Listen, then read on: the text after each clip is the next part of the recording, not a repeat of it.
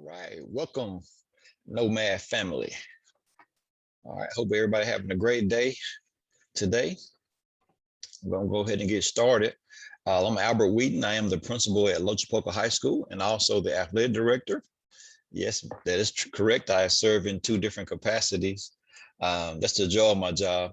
I get to lead students in the classroom and also lead students, I guess, outside of the classroom in the athletic field. So that's always a good thing for me. But I'm going to go ahead and get started. I'm representing the Nomad family, National Organization of Minority Athletic Directors. And we're going to be putting together some educational shorts for our Nomad community members and anyone who's interested in joining Nomad. Take a look at some of our videos in our collection, which is only here to help athletic directors. And also administrators, because we do know some of you all serve in two different capacities, whether you are an assistant principal and athletic director, or you're an assistant athletic director. We do know you all serve in different capacities. I'm representing, like once again, the Nomad family. I'm in Section 3 here in Lower Alabama. We call it the real LA. So for those of you all who are in the West Coast, no offense, but down here in Lower Alabama, right here in Auburn, Alabama, exactly where I'm at. The presentation here is going to be about 10 to 15 minutes. It's going to be talking about raising the middle school athletic director as a leader. I know some of you all might have a job where you're the athletic director at the high school. Some of you may have a job where you're the athletic director at middle school. So right now it's for both high school and middle school, but right now we're talking about in general the middle school athletic director, his role, her role, and grooming, their students and assistant athletic directors that work under them. As you can see on this first page, this is a key concept as any athletic director or any person that's in administration. The most important thing right now, and should be to you always, is your family. Please do not lose sight of that. This first slide is a picture of my family, my wife, my kids, them participating in activities, us traveling, and my wife and I having our time together. It's very important if you want to be a successful athletic director, no matter what level you're on. I think it's very important that you do not take things for granted, and that you make sure your family is first in everything that you do, because in the world of athletics, there's so many things going on between parents, the community, stakeholders, the student athletes, the coaches. It's a lot that's invested in that. But when you go home at night, remember that your family is the reason you do all these things. And your family is the reason, you're allowed to do all these different things. So make sure you have your household in order, if you will, first. All right. As a middle school athletic director, it's very important that you learn that social emotional learning takes place at all levels, whether you're at the middle school level, high school level, the coaching level, and the AD level. It is very important that you practice SEL, do some kind of SEL activities throughout your day, whether you're at work or you're working with the athletes, because we definitely know mental health and emotional health is very important now, especially dealing with COVID. All right, so what is SEL? All right, social emotional learning is the process through which children and adults understand and manage emotions. We have to teach our kids how to manage their emotions, especially throughout the course of an event or a game, a tragedy in your area, something that happened in your community, or just adversity is something that they're dealing with. All right, they have to set and achieve positive goals, feel and show empathy for others. That is very important that, when you see SEL, you don't just think of yourself. You should be thinking of others, how they feel, things you say to them. What can you do to brighten up somebody else's day, even though they might be down or something tragic might have happened. Just those little bitty things that you can do to, maintain a positive relationship, with somebody else, whether that's in the working capacity or that's in athletics, you play on the same team. And I think ultimately is to make responsible decisions. So as an athletic director, these are all the things that fall in SEL that you must master. You must be able to show empathy and sympathy for one another, whether, like, once again, whether that's on the coaching ranks or the administrative ranks, or you working one-on-one with a student. I think that's very important piece to anything that you do in life, is to have social emotional learning, SEL. You can put that in anything you do every day, especially if you're doing a lot of leadership things where you're leading a presentation or you're leading a group of student athletes. That's very important that you, and very important that they know that you are, going to be sympathetic, empathetic to them. All right. Next slide here is talking about communication. That's very important when you're dealing with student athletes, parents, and stakeholders. You got to be able to communicate. That you have to be effective in communication. And here are just a couple ways, that you can effectively communicate to your parents, to your stakeholders, and coaches, to make sure that you all are on the same page, and they can never get enough of it. We have so many ways on social media that you can communicate with family, guardians, everybody involved in that student athlete's life, so to make sure that we all on the same page. So you're going to communicate with everyone to make sure your plan to keep students and staff safe, especially when you're at ball games. Let them know that they are loved. All right, so ways you can do that dealing with SEL is newsletters. Every school, pretty much has a newsletter. So as an athletic director, you want to make sure you get all these events out, all the things that's going on at your school and activities. They need to know. Parents need to be notified of these things. It should be something that just they hear about word of mouth. You put it out, you put your stamp on it.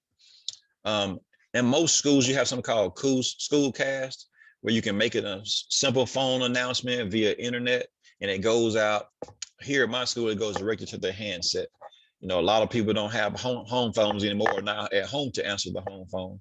So now you can take their cell number, and that Schoolcast message go directly, out and into that person's handset. And normally we do those pretty much 2 times a day, maybe that morning and in the evening, folks get off on work, just in case they can't answer the phone call. But it's definitely a great way to communicate to family and guardians. Also, as an athletic director, a written letter. I know that gets lost at sometimes with typing and texting, but a simple written letter, will go a long way to a parent, to a guardian, or whoever you're dealing with. Just a simple written letter, that means a whole lot. Some of the best, I guess, words of encouragement I've ever received was, through a written letter. It just makes you feel some type of way, if you will. Also, a video message. It's easy for you to, get in front of that camera, send you a video message to your parents, let them know how much, you appreciate their support. And that goes a long way also. And all these things you can get out, through social media, that social media access. I know nowadays most parents are on Facebook. So, make sure you're reaching the total population, whether you're doing Twitter, or Facebook, to make sure all the different people can get it. But I know a lot of parents are more accessible to Facebook. And here on this side, just some of the things dealing with SEL, some words: emotional, compassion, pain, suffering, just some words that you need to know, that you have to be able to use, when you're dealing with parents and athletes. All right, as an athletic director, you also need to have a leadership model. This is my leadership model, the 3 pillars of success for leadership, and yours will be different. So you have to come up with your own, what type of person you are, what are the PRC pillars to success. For me, number 1 is being professional. As an athletic director, it is very important for you to be professional, at all times. You're going to be out there in the heat of the battle, dealing with parents, dealing with just fans, not necessarily parents, but fans, those folks that coach from the sideline. You can't stoop down to the level of some of those people, so you have to be professional at all times. Make sure you know that everybody's watching you, and kids are going to be watching you because they want to see how you're going to react. Parents are going to be watching you. And also, we have cell phones, you know, the local news and national news could be watching you, depending on who got that snapshot or video of you acting out, you know, at a game or a confrontation with a parent. You have to be professional at all times. Remember that, especially, you know, if you're not a community coach, excuse me, if you're a teacher. If you're a teacher, remember now, your job is to teach. So you don't let coaching end up losing your job. You know what I mean? So you got to feed your family. So number one, be professional, build relationships. I think that is very important while we're out here in society, we're dealing with different people. Try to build some positive relationships out there in the community. Be competent. Folks want to know, what do you mean by be competent? Well, hey, be good at what you do. You know, get better at what you do. Get professional development. Go to clinics. Go to trainings. You know, go to conferences. You know, be competent and know your area. Know what you're talking about. You know, that's very important.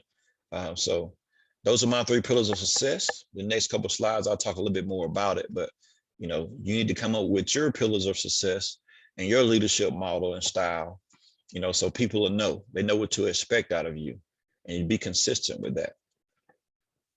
On a professional, like I said, you want to be professional at all times. Everybody's watching you. The cameras are watching you. And here at our school, we have cameras in every classroom. So, you know, teachers have to be very professional, no matter what. You want to set the example for your coaches and for your students.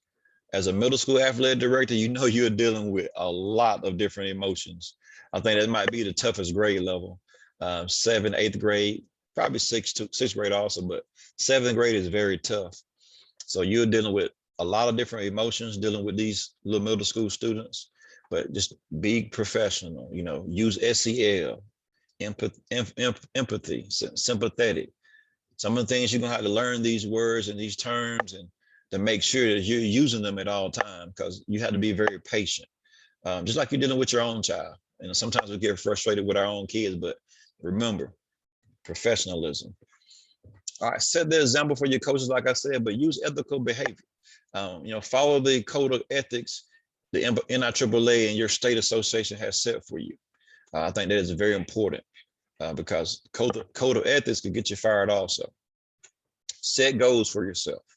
You know, that's all about being professional, you know, being on point, especially when you come into contact with different coaches and different athletic directors. You just never know, you know, how someone sees you as far as getting another position or another job. So use those things at all times when you're talking about being professional. Relationships. Ooh, that's a big one for me. I try to, you know, build relationships with everybody, you know, the good, the bad, the ugly, you know, but make sure there are positive relationships, especially with your stakeholders. I mean, it's going to be things you're going to need as an athletic director throughout the season that your principal not going to be able to give you all the time. The board's not going to be able to give you. You know, you want to be able to reach out to those stakeholders and those parents to let them know, hey, you know, we need to feed the team today. You know, can somebody cook out? So you want to have that relationship built with those people that can help you in those type of situations. All right, you want to collaborate and use positive relationships, create a positive learning environment. I truly believe that. You know, if you create positive relationships, and you collaborate with different stakeholders and, you know, different coaches, it creates a positive learning environment for that child that's inside your program. You want to network. I think that's very important when you go into conferences and, you know, you're trying to gain information, you know, join professional organizations, share ideas. I'm no means an expert at all, but, you know, I try to do my best and try to share different ideas I have, you know, with coaches and other athletic administrators and other, you know, principals and assistant principals. All right, building positive relationships will increase knowledge to better help your program. You know, the more you know, the further you go. So that is very important, that those relationships that you are building, you use those relationships to help out at your own program at your own school. I try to steal nuggets from everybody's presentations or, you know, different people I've come in contact with, you know, to let them know, hey, I'm here just trying to get some valuable information and, you know, take what you can and use it towards your own program. You know, that's all about, that's called coaching. That's what we do. All coaches, y'all know what I'm talking about. All right, the last pillar of success for me will be being competent. As an athletic director, no matter which level, you got to somewhat know what you're talking about. You want to make sure when you're speaking in front of those student athletes, or you're speaking in front of those coaches, you know the rules, different protocols. And once again, if you don't know, that's when you're going to get professional help, to make sure that you're up to speed on different things that's coming out, whether it's in your state association, your local association, and also, national federation. So build competency and lifelong learning. Oh, that's my timer. Hope I'm not going over time. But build competency and knowledge through lifelong learning and professional development. You want to become an expert. Like I said, seek guidance for all those things. Mentorship, that is very important for coaches, athletes, and future ADs.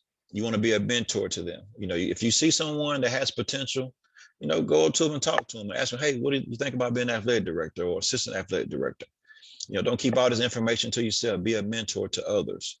And once again, you want to join professional organizations. That's very important for you to gain your knowledge. Just a couple of things here to put in perspective as a middle school athletic director.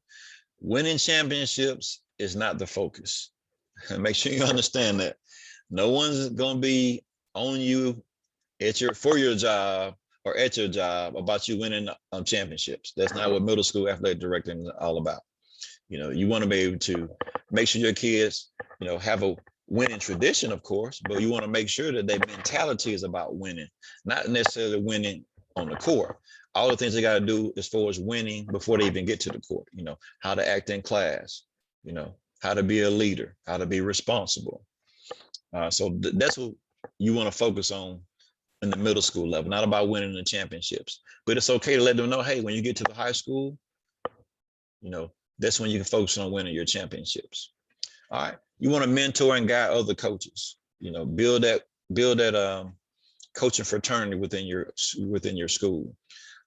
Teach student athletes about educational-based athletics.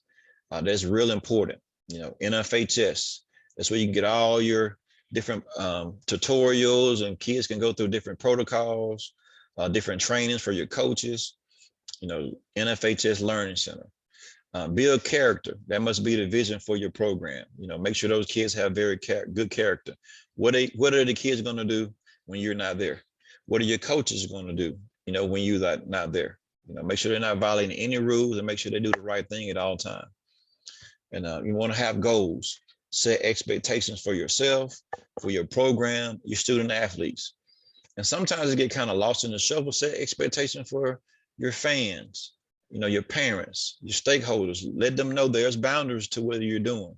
We want them to be inclusive and a part of our programs, but set goals and expectations for them also. Here's a couple of takeaways, from the presentation. First of all, family.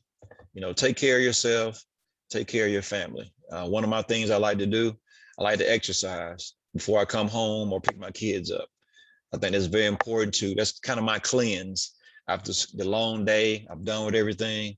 I can go get my exercise, get my mental thoughts together. And now I'm trying to spend time with my family, whether I'm taking them to a game, practice, or just going out to eat dinner or hanging out. Remember SEL, social and emotional learning. Show compassion, empathy, and build positive relationships with everyone. And also the PRC model, being professional, building relationships and being competent. I'm going to leave you here with a couple quotes. One from Maya Angelou. We need joy as we need air. We need love as we need water. We need each other as we need the earth we share. So you read that and just tell me how you feel. Think about how you feel. This is from Maya Angelou. A very good inspirational quote, and it's dealing with SEL also. So it's okay to leave some SEL for your coaches with some quotes and thoughts and make them think about, how the day is going in everyday life. And the last quote, this is by Mr. Cornelius Minor. He's an author. We might not have the answers for every situation we face, but we can't choose to do nothing. I think that means a lot to me. It should mean a lot to you as far as athletics. We can't sit around and do anything. We know we're not going to have all the answers, but as athletic directors, educators, and we're trying to build educational-based athletics, we have to act on things and doing with the best of our ability. All right, I want to thank you for your time. I want to thank the Nomad organization for allowing me this opportunity to create an educational short for you. I hope you learned something from this video, and I'm always here if you need me. Right here on the left, you can see our Nomad website. If you want to, join Nomad or learn more about Nomad, here's my school website and my direct cell phone number for anyone that wants to reach out to me, ask me any questions. I'm here to share any knowledge I may have or answer any questions you may have. And of course, my email. I'm big on Twitter, so I like to do Twitter. That's my Twitter handle. So please reach out to me. And once again, thank you for your time. I appreciate Nomad community allowing me this opportunity. And I hope you all have a wonderful day. And thank you.